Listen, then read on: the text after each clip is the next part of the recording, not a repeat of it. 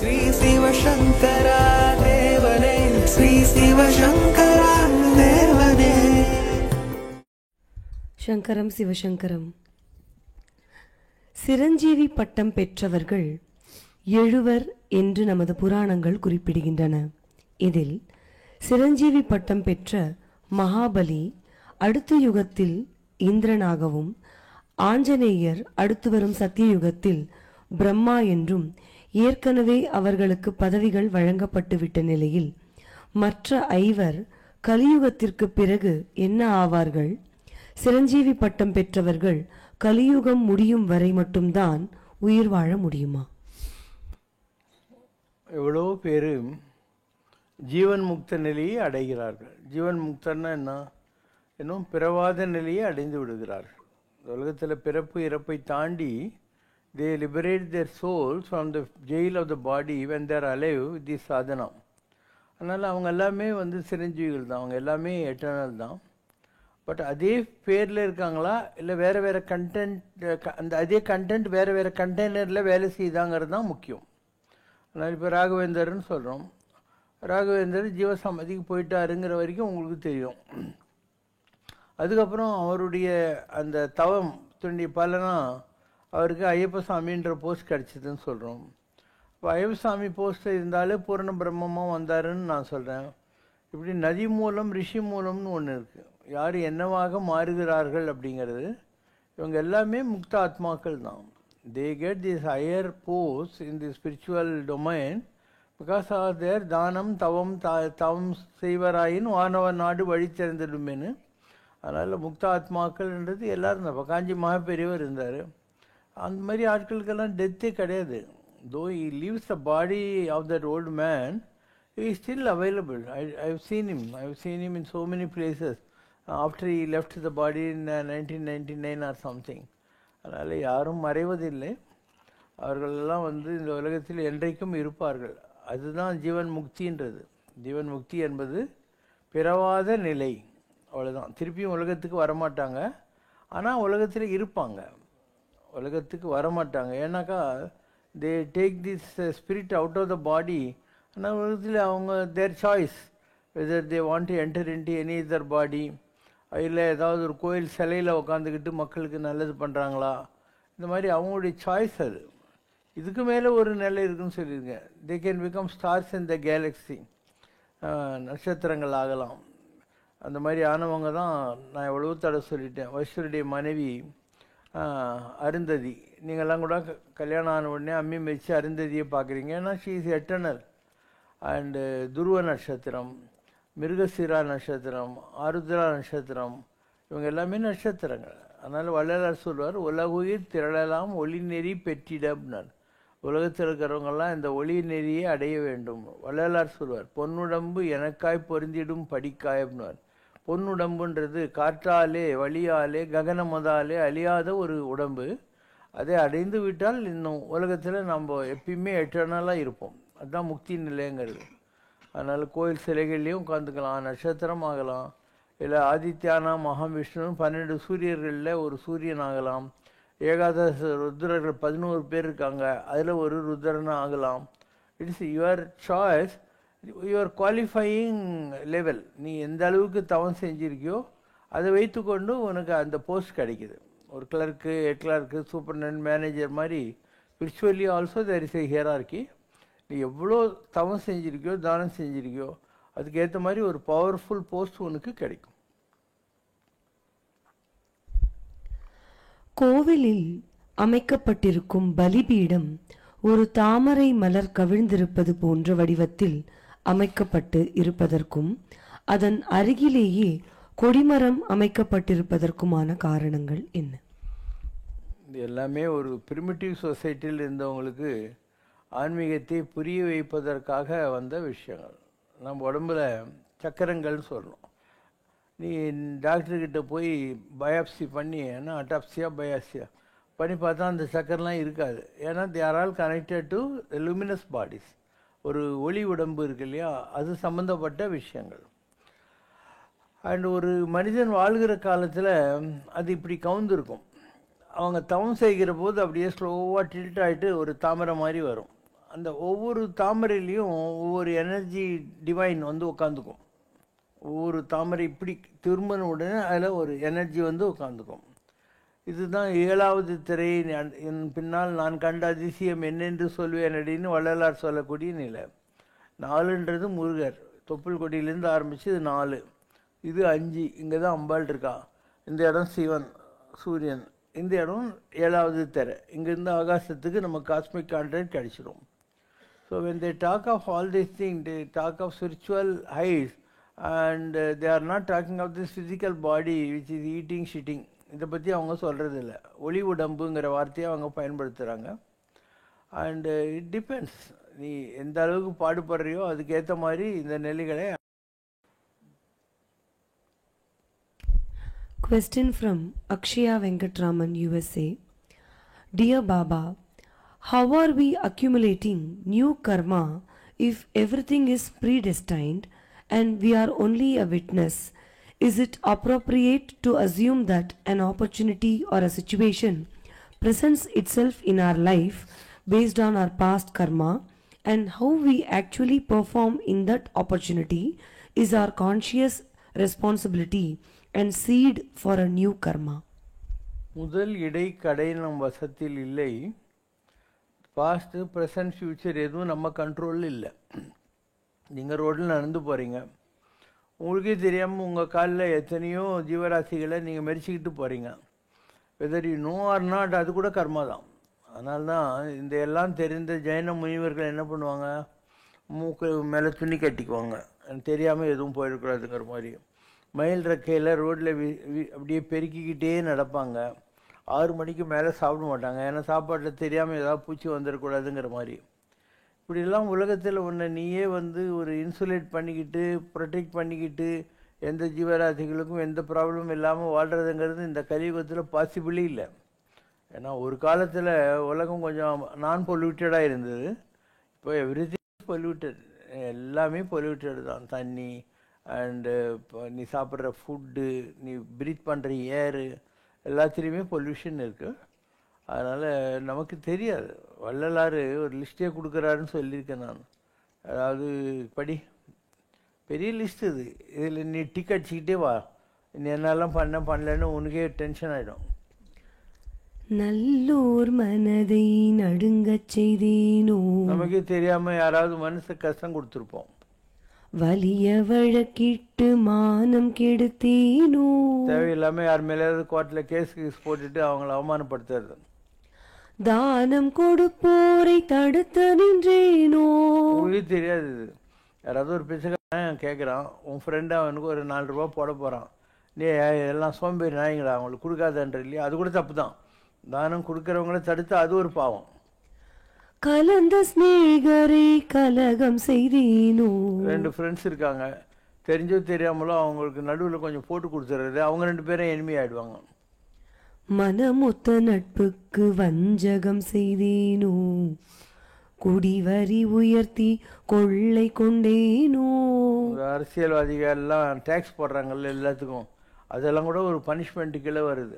ஏழைகள் வயிறு எரிய செய்தேனோ, தருமம் பாராது தண்டம் செய்தேனோ, மண்ணோரம் பேசி வாழ்வழித்தேனோ, உயிர் கொலை செய்வோர்க்கு உபகாரம் செய்தேனோ.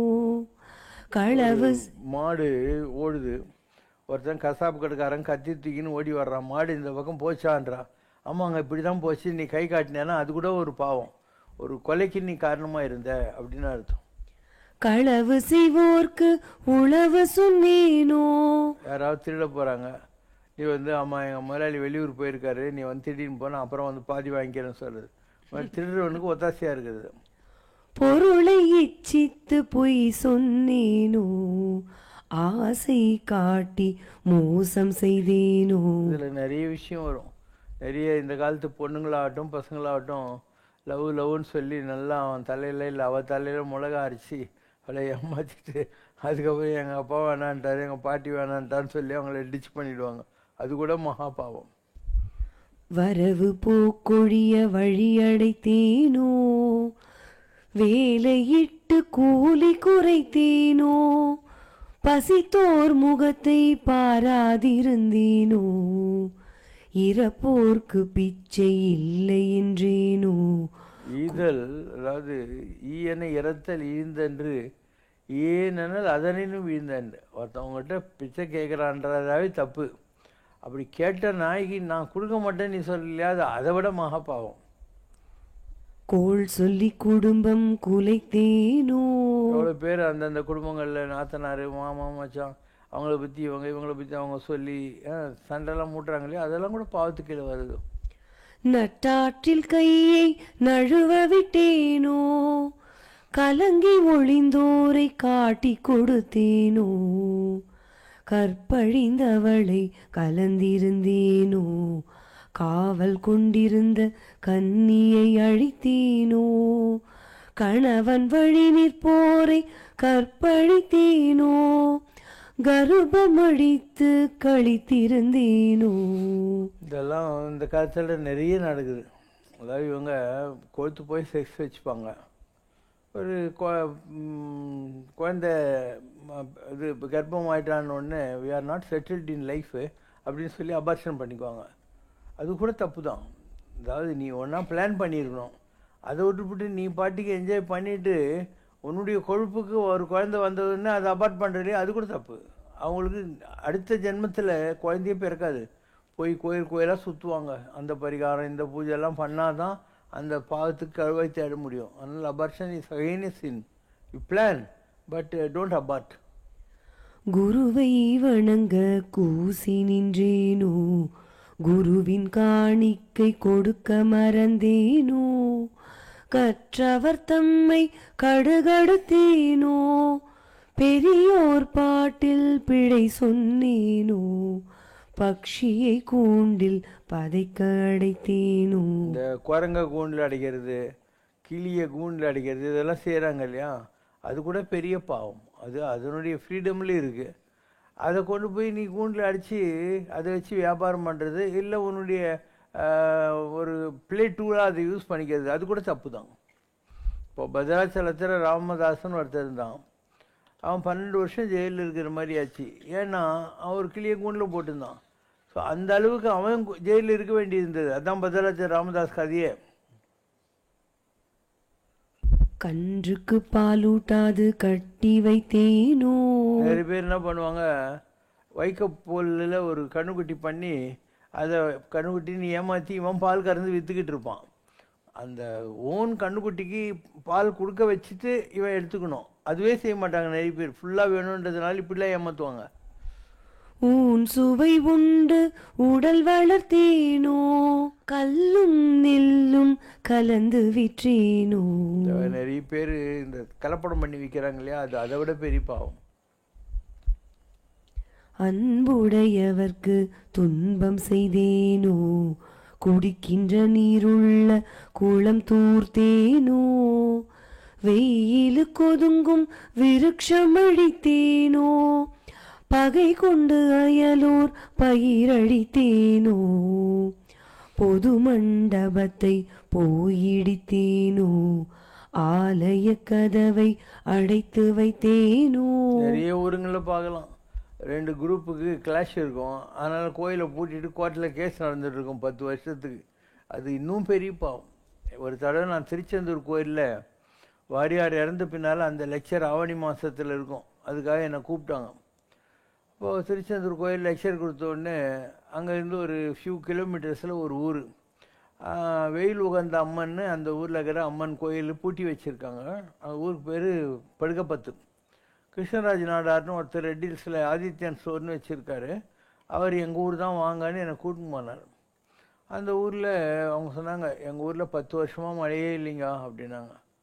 நான் சொன்னேன், இந்த கோயிலில் சாமியை நீங்கள் பூட்டி வச்சுட்டு மழை இல்லைன்றீங்களே, நீங்கள் என்னை நம்பி கதவு திறங்க மழை பெய்யும்னு. ஊரில் பஞ்சாயத்து பண்ணி தைரியமாக திறந்தாங்க. அப்படியே பனிக்கட்டி மழை பெஞ்சது. ஊருக்காரங்கெல்லாம் அங்கேருந்து 2 வேனில் வந்து ஒரு பெரிய வாழ்த்து பாத்திரம் கொடுத்துட்டு போனாங்க. பாபா எங்கள் ஊருக்கு வந்தார், அவர் சொன்ன மாதிரி திறந்தோம், பனிக்கட்டி மழை பெஞ்சுன்னு. இப்போ நிறைய ஊரில் இந்த மழை இல்லாமல் இருக்கிறதுக்கு, அங்கே வியாதிங்க வர்றதுக்கு, பிடிச்ச மாதிரி இருக்கிறதுக்கு காரணம், கோயிலுக்கிற சாமியை நீ பட்டினி போட்டு உன் பெருமைக்காகவும் திமிருக்காகவும் நான் வந்து ஊர் பஞ்சாயத்து பண்ணின்னு உட்காந்துக்கிறேன். இதெல்லாம் கூட இருக்குது. அதனால் கோயிலில் சாமி சொன்னார் அவங்ககிட்ட, உலகம் பூரா சாமி தாங்கிறார். நீ கொளுத்து போய் ஒரு கோயில் கட்டி அதில் சாமியை வாவான்னு கூப்பிட்டுட்டு அவரை அம்போன்னு பட்டினி போட்டு பூட்டிக்கின்னு நீ பாட்டிக்கு உன் பெருமைக்காக அலைஞ்சுன்னுக்கிற, அது ரொம்ப பெரிய தப்பு. அது சிவனடியாரை சீரிவைதேனோ, தவம் செய்வோரை தாழ்வு சொன்னேனோ, சுத்த ஞானிகளை தூஷணம் செய்தேனோ, தந்தை தாய் மொழியை தள்ளி நடந்தேனோ, தெய்வம் நிகழ்ந்து செருக்கடைந்தேனோ, என்ன பாவம் செய்தேனோ இன்னதென்றறியேனே. வள்ளலாருடைய லிஸ்ட்டு. அவர் ஒரு பாவம் பண்ணல. பாவம் அவர் வக்கீல் என்ன பண்ணுவார், நான் கொலை செய்யவில்லை மை லார்ட் அப்படின்வார். அவராக கொலை சொன்னார், அவங்க கட்சிக்காரரை தனக்குள்ளே எடுத்துக்கிட்டு சொல்கிறது. அது மாதிரி உலக மக்கள் செய்த தவறுகளை தன்மையில் ஏற்றிக்கொண்டு அவர் கடவுள்கிட்ட பாடுறார். இல்லைன்னா அவர் வெள்ளத்துண்ட போச்சுன்னு ஊர் ஊராக கிராமம் அலைஞ்சிட்டு இருந்தார். அவருக்கு இந்த பாசிட்டிவிட்டியே கிடையாது. இதுக்கெல்லாம் கபீர்தாசர் மறைந்த இடத்தில் ரோஜா மலர்கள் மட்டும் இருந்தன. ரமணர் மறைந்த போது ஒரு ஒளி தோன்றி திருவண்ணாமலையில் மறைந்தது. பட்டினத்தடிகள் தன் உடலை விட்டபோது அந்த இடத்தில் ஒரு சிவலிங்கம் இருந்தது. மாணிக்கவாசகர் சிதம்பரம் நடராஜர் சன்னதியில் பலர் முன்னிலையில் ஆகாயத்தோடு கலந்து போனார். 150 ஆண்டுகளுக்கு முன்பு வாழ்ந்த ராமலிங்க வள்ளலார் ஒரு பூட்டிய அறையில் ஜோதியோடு கலந்து போனார். யோகானந்த பரமஹம்சரின் குருவான யுக்தேஸ்வர் தனது உடலை விட்ட பின்பும் யோகானந்தருக்கு அதே சரீரத்தோடு தரிசனம் கொடுத்திருக்கிறார். ஒவ்வொரு மகானும் அடையும் மகா சமாதி நிலையும் வள்ளலார் சொல்லும் மரணமில்லா பெருவாழ்வும் ஒன்றுதானா? நம்ம யாராக இருந்தாலும் உலகத்தில் நம்முடைய உடம்புல 5 எலமெண்ட்ஸ் இருக்கு. இந்த இடத்துல இருந்து இது வரைக்கும் இருக்கு இல்லையா, இது ஆகாசம்.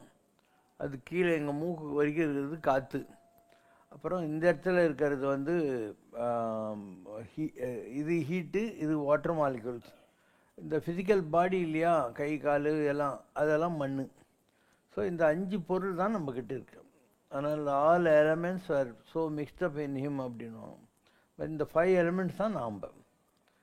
இப்போ நீங்கள்லாம் வீட்டில் பாயசம் பண்ணுறீங்க. பாயசத்தில் பால் இருக்கும், திராட்சை இருக்கும், முந்திரி பருப்பு இருக்கும், ஏலக்காய் இருக்கும், சர்க்கரை இருக்கும், எல்லாத்துலேயும் அது இருக்கும்.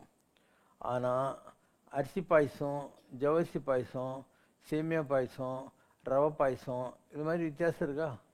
அப்போ அதில் ஏதோ ஒன்று மாறும். அரிசி, கோதுமை, ரவை, பார்லி, ஏதோ ஒன்று ஒரு பொருள் மாறும். அந்த மாதிரி நம்ம உலகத்தில் இந்த 5 பொருள்களால் தான் நம்ம எல்லோரும் படைக்கப்பட்டிருக்கோம். இதில் ஒவ்வொருத்தர் உடம்புல இந்த 5ல் 1 ஜாஸ்தி இருக்கும். இப்போ யார் ஆகாச தத்துவத்தில் வந்தாங்களோ அவங்க ஆகாசத்தில் கலப்பாங்க. அதுதான் வான் கலந்த மாணிக்க வாசகா அப்படின்றது. வாரியார் கூட ஏரோப்ளேன்லேயே வந்து மறைஞ்சிட்டார். ஏரோப்ளேன் ட்ராவல் பண்ணுற போது இது வானத்தில் கலக்கிறது. பட்டணத்தார் காற்றுல கலந்தார். ராமர் சரைவு நதியில் தண்ணியிலிருந்து வந்தவரா, சரைவு நதியில் ஜலசமாதி அடைஞ்சார். சீதா தேவி பூமியிலிருந்து வந்தவளா, அதனால் பூமி பழக்க அதுக்கு அடியில் போய் சேர்ந்தான். அதனால் யார் எதிலிருந்து வந்தாங்களோ அதில் போய் கலப்பாங்க. இதுதான் அந்த சீக்ரெட் ஆஃப் இது. இப்போது ஒரு கெமிஸ்ட்ரியில் நீங்கள் படிக்கிறீங்க, பொட்டாசியம் பெர்மாங்கனேட்டுன்ற என்ன KMnO4 அப்படின்வாங்க. அப்படின்னா என்ன அர்த்தம்? கேன்னா பொட்டாசியம், எம்என்னாக்கா மேங்கனீஸு, ஆக்சிஜன் 4ன்னு அர்த்தம். வாட்டர்னா என்ன? H2O, 2 ஹைட்ரஜன் மாலிகுல், ஒரு ஆக்சிஜன் மாலிகுல். H2Sனா ஹைட்ரஜன் சல்ஃபைடு. இப்படி கெமிஸ்ட்ரியில் நீங்கள் படிக்கிறீங்க. அது கெமிக்கல் கம்போசிஷனுங்கிறது. Any chemical composition can also get into decomposition, அது பிரியும். அந்த மாதிரி நம்முடைய உடம்பும் ஒரு கெமிக்கல் கம்போசிஷன் தான், இதுவும் பிரியும், தன்னை பிரிச்சுக்க முடியும். அதனால் இதை பிரிக்கிறதுக்கு நீங்கள் வாழ்கிற காலத்திலேயே முயற்சி செஞ்சவங்களும் இருக்காங்க. அதுக்கு நவகண்ட பூஜைன்னு பேர். அவங்க உடம்புல இருக்கிற 9 பிரிச்சுக்குவாங்க. அவங்க உடம்பை 9 ஆர்கனும் தனித்தனியாக இருக்கும். அதுக்கப்புறம் எல்லா ஆர்கனும் வந்து ஒன்று சேர்ந்துக்கும். இப்படி அவங்க லைஃப்பை வந்து இன்க்ரீஸ் பண்ணிக்கிட்டே போவாங்க. ஒவ்வொரு முக்கியமான பௌர்ணமி அந்த மாதிரி நாட்களில், அமாவாசை நாட்களில் இந்த நவகண்ட பூஜைன்னு பேர். அந்த மாதிரி செய்கிறவங்கலாம் இருக்காங்க. அண்ட் இந்த உலகத்தில் யாராக இருந்தாலையும் அவங்களுக்கு இந்த 5 எலிமெண்ட்ஸ் இருக்கும். 5 எலிமெண்ட்ஸில் ஒன்று அவங்கக்கிட்ட ஜாஸ்தி இருக்கும், மீதி 4 இல்லாமல் இருக்காது, கம்மியாக இருக்கும். அதனால் ஒவ்வொருத்தருக்கும் ஒரு ரூட் இருக்குது, எதுலேருந்து வந்தாங்களோ அந்த ரூட்டில் போவாங்க. இப்போ நான் சொன்ன வாரியார், ராமர், பட்டினத்தார், சீதை எல்லாரையும் ஞாபகம் வச்சுக்கோங்க. நெருப்பில் வந்தவங்க நெருப்பில் போவாங்க இல்லையா, நெருப்பில் வந்தவங்களும் இருப்பாங்க இல்லையா, அவங்க நெருப்பில் போவாங்க. எப்பயுமே இப்படி தான் இந்த உலகத்தில் நடந்துக்கிட்டே இருக்குது. ஸோ திஸ் இஸ் ஆல்மோஸ்ட் ஒரு நீங்கள் வேர்ல்ட்லி சென்ஸில் பார்க்குற பயாலஜியும் நான் சொல்லிக்கிட்டு இருக்கிற இந்த கெமிக்கல் கம்போசிஷன் டீகம்போசிஷனும் ஒன்றே தான். உங்கள்கிட்ட என்ன இருக்குதுங்கிறது உன்னுடைய தவத்தில் நீ எந்த நிலையை அடைஞ்சிருக்கேங்கிறது தட் நேச்சர் டிசைட்ஸ். உனக்கு எங்கே எப்படி மரணம் வரணுங்கிறது நேச்சர் டிசைட் பண்ணுது. நீ நினச்சிட்டு இருப்ப இவனுக்கு இந்த மாதிரி மரணம் வந்ததுன்னு சொல்லி, அது கூட ப்ரீ டெஸ்டின்டு தான் எல்லாருக்கும். Unless you commit a suicide, normal accidents, ரயில் அடிப்படை சாகிறது அதெல்லாம் நேச்சுரல் டெத் கீழே வரும். நீயா கொளுத்து போய் விஷம் குடிக்கிறது, கிணத்துல விழுறது அதெல்லாம் பண்ணால் அது உன்னுடைய தப்பு. ஸோ உன்னுடைய பாடியை ப்ரோக்ராம் பண்ணி வச்சுருப்பாங்க 60 வயசு 70 வயசுன்னு. நீ ஒரு 50 வயசில் சூசைட் பண்ணி செத்து போனேன்னா உடம்புல இருந்த அந்த 4 பொருள் இருக்கு இல்லையா, மண்ணில் வந்த பொம்மை மண்ணில் எரிச்சிடுவாங்க, பச்சிடுவாங்க, காற்று வெளியே போயிடும், தண்ணி வெளியே போயிடும், ஈட்டு வெளியே போயிடும். உன்னுடைய தாட் பண்டில் மாத்திரம் ஒரு எப்படி செல்ஃபோன் இருக்குது உங்கள்கிட்ட, அதில் ஒரு மெமரி சிப் இருக்குது, அது மாதிரி உன்னுடைய தாட் பண்டில் மாத்திரம் இந்த உலகத்தில் அலைஞ்சிக்கிட்டே இருக்கும். யாராவது சாப்பிட்ற போது உனக்கு பசிக்கும், நீ பேன்னு பார்த்துக்கின்னு உட்காந்து இருப்ப, சொந்தக்காரங்களெல்லாம் பார்ப்ப, அவங்களால உன்னை அடையாளம் தெரிஞ்சிக்க முடியாது, அப்போ உனக்கு அழுகழுகியாக வரும். இந்த மாதிரி நீ கஷ்டப்படணும். மீதி நீ 20 இயர்ஸ் இன்னும் பாக்கி இருந்தபோது சூசைட் பண்ணிக்கிற பாவத்துக்கு 20 வருஷம் நீ இந்த உலகத்தில் அலைஞ்சி அலைஞ்சி அலைஞ்சி கஷ்டப்படணும். சில பேர் என்ன பண்ணுவாங்க, ரொம்ப டெஸ்பரேட்டாக இருப்பாங்க. அப்போ யாராவது பயந்த சுபாவம் இருக்கிறவங்க இருந்தாக்கா ஆண் பயப்படுற போது அவங்க உடம்புக்கு வந்துடும். அப்போ டூவலிட்டின்னுவாங்க, ஏற்கனவே இருந்த உடம்புல இருக்கிற ஸ்பிரிட்டு இந்த மாதிரி அலைஞ்சிட்டு இருக்கிற காற்று இந்த உடம்புக்குள்ளே வந்துடும். அதுதான் இந்த காற்று கருப்பு பேபிசாஸ் பிடிக்கிறதுன்னு சொல்கிறது. இந்த மாதிரி டூவலிட்டிக்கு அதுதான் காரணம். ராகவேந்தர் சுவாமி இருந்தார், அவருக்கு கல்யாணம் ஆயிருந்தது, பையன் கூட இருந்தான். அவர் திடீர்னு சாமியெல்லாம் உத்தரவு கொடுத்துட்டாங்கங்கிறதுனாலையும் அந்த மடாதிபதி கும்பகோணத்தில் அவருக்கு நீ சன்னியாசம் வாங்கிக்கோன்னு சொன்னதுனாலையும் வாங்கிட்டார். அவர் மனைவி அவசரப்பட்டு என்ன பண்ணிட்டா, மடத்தில் முன்ன மடாதிபதி ஆக்குறாங்கன்னா அவங்க குடும்பத்துக்கு அவங்க ஏதாவது எழுதி கொடுப்பாங்க, வீடு எழுதி கொடுப்பாங்க, சாப்பாட்டுக்கு வழி பண்ணுவாங்க, உன் பையனை படிக்க வைப்பாங்க, எல்லாம் பண்ணுவாங்க. இந்த ஆள் அவசரப்பட்டு என்ன பண்ணிட்டாரு, இந்த அம்மா கேன்சர் வந்து செத்துவிட்டா, சரஸ்வதின்னு பேர், கேன்சர் வந்து சூசைட் பண்ணிட்டா. அதுக்கப்புறம் காத்தா இருக்காளா, ராகவேந்தர் இருக்கிற போதெல்லாம் எதிரில் வந்ததுன்னு அதுக்கு நேர்ப்பான். ராகவேந்தருக்கு இவருடைய தொல்லை தாங்க முடியல.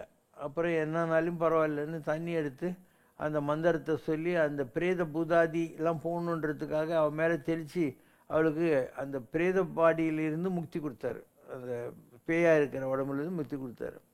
இப்போ இவருக்கு உபாசன மூர்த்தி யார், நரசிம்மர். அவங்க சொல்கிறாங்க, அவள் செஞ்ச தப்புக்கு அவள் அனுபவித்து தான் அதை புரிஞ்சுக்கணும், நீ அவசரப்பட்டு அவளுக்கு தேக முக்தி கொடுத்த தப்பு, அதனால் நீ மகான் ஆயிட்ட, அதனால ஒன்று நாங்கள் சாபம் கொடுக்க விரும்பலை. நீ எந்த சரஸ்வத் பிராமண குடும்பத்தில் பிறந்திருக்கியோ அவங்க நீ செய்த தவறுக்கு பிராயச்சித்தமாக ஒவ்வொரு வருஷமும் இந்த குறிப்பிட்ட நாளில் ஒரு சுமங்கலிக்கு ஒரு புடவை ரவிக்க தேங்காய் பழம்லாம் கொடுத்துடணும், அது அவங்க கொடுக்க உன் கர்மம் கழியும் அப்படின்னாங்க. அதனால் அந்த சரஸ்வத் பிராமன் கம்யூனிட்டியில் பிறந்தவங்கலாம் ராகவேந்திரர் பண்ண தவறுக்கு இவங்க கொடுத்துன்னு உட்காந்துன்னு இருக்காங்க. இப்படிலாம் இருக்குதுன்னா உனக்கு நம்பிக்கை வருதா? எல்லாமே நிஜம்தான். நம்ம பெரிய சொன்னது, மூத்தோர் சொல் வார்த்தை அமிர்தம் அப்படிங்கிற மாதிரி. For every action there is an equal and opposite reaction. இதே நீ ஒரு ஃபயர் ஆக்சிடெண்ட்டில் செத்துட்ட, இல்லை நார்மல் ரோடு ஆக்சிடெண்ட்டில் செத்துட்ட, தண்ணியில் முழுகி செத்த அப்படின்னா அதெல்லாம் நேச்சுரல், அதுக்கு தண்டனை கிடையாது. ஏன்னா இட் ஹஸ் பீன் டிசைடட். இப்படி ராமர் தண்ணியில் போனார், பூமியில் சீதை போனாலோ அந்த மாதிரி அது இட்ஸ் நேச்சுரல் அக்கரன்ஸ். நீயா கொளுத்து போய் சூசைட் பண்ணால் மாத்திரம் அது தவறு கீழே வரும். அதுக்குள்ள தண்டனையை உன்னுடைய ப்ரோக்ராம் பேக்கேஜ் இருக்கு இல்லையா, எத்தனை வருஷம் உயிரோடு இருக்குன்னு, அது வரைக்கும் நீ இந்த உலகத்தில் சுற்றி கஷ்டப்பட்டு அனுபவிச்சுக்கின்னு தான் இருப்பேன்.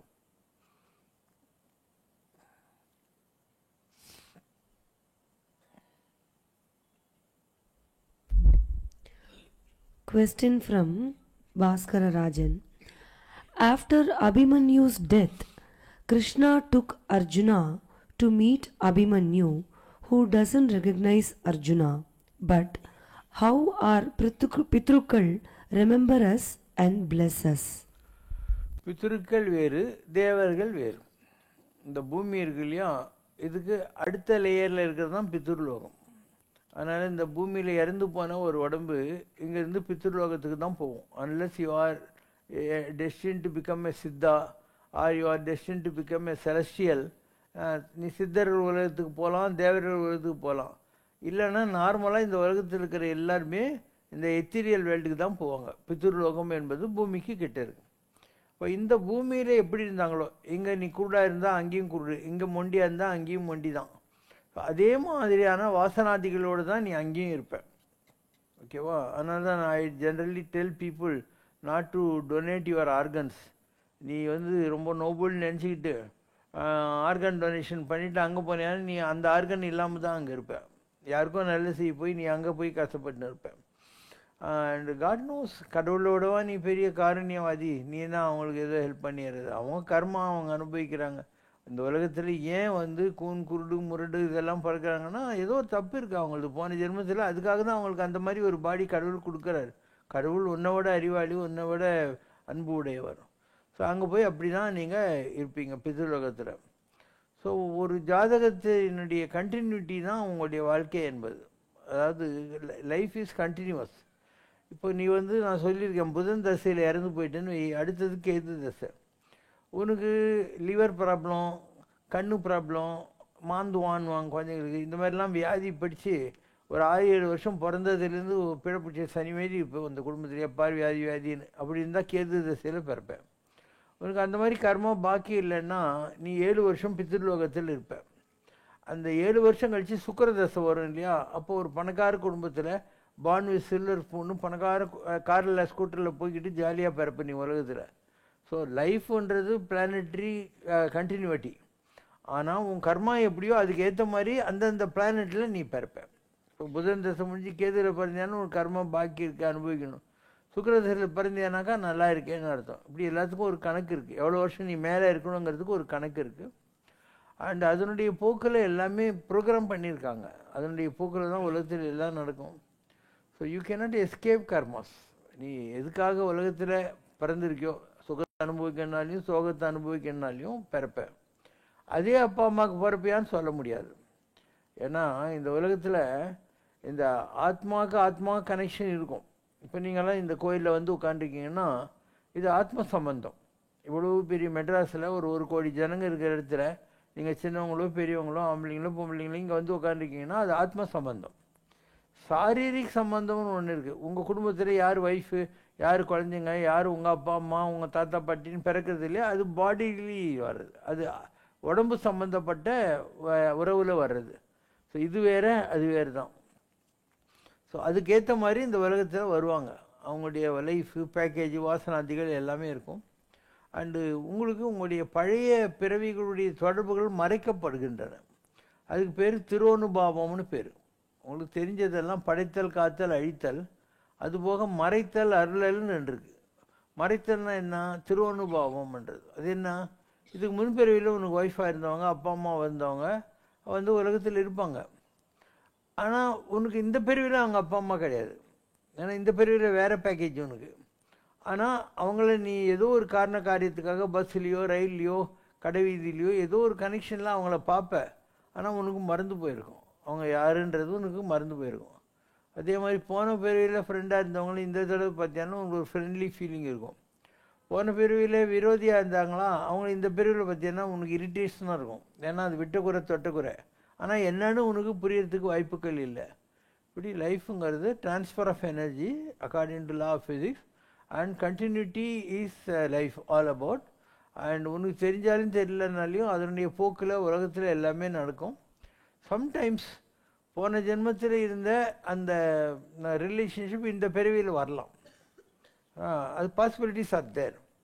அண்டு அதுக்கு காரணம் இவங்க போன ஜென்மத்திலேயே அதுக்கான விதையை போட்டிருப்பாங்க. அதனால இந்த உலகத்தில் உனக்கு தெரியாமையே எல்லாமே நடந்துக்கிட்டு தான் இருக்குது. அதனுடைய போக்கில் எல்லாமே நடந்துக்கிட்டு தான் இருக்கும். நீ வந்து வேடிக்கை தான் பார்க்கணுமே தவிர இதையெல்லாம் மாற்ற முடியும்னு நினைக்கிறதே வேஸ்ட்டு. அதனுடைய போக்கில் வேடிக்கை பாரு. நீ இந்த பிறவின்றது கூட ஒரு கண்டினியூட்டிங்கிறத புரிஞ்சுக்கிட்டியானா ஒய் மீ, எனக்கு ஏன் இப்படி நடக்குதுங்கிற ஒரு பாதரேஷன் உனக்கு இல்லாமல் போயிடும். ஓகேவா? கலியுக வரதன் கண் கண்ட தெய்வமாய் காட்சி அளிப்பது பழனியிலே. கலியுக வரதன் கண் கண்ட தெய்வமாய் காட்சி அளிப்பது பழனியிலே.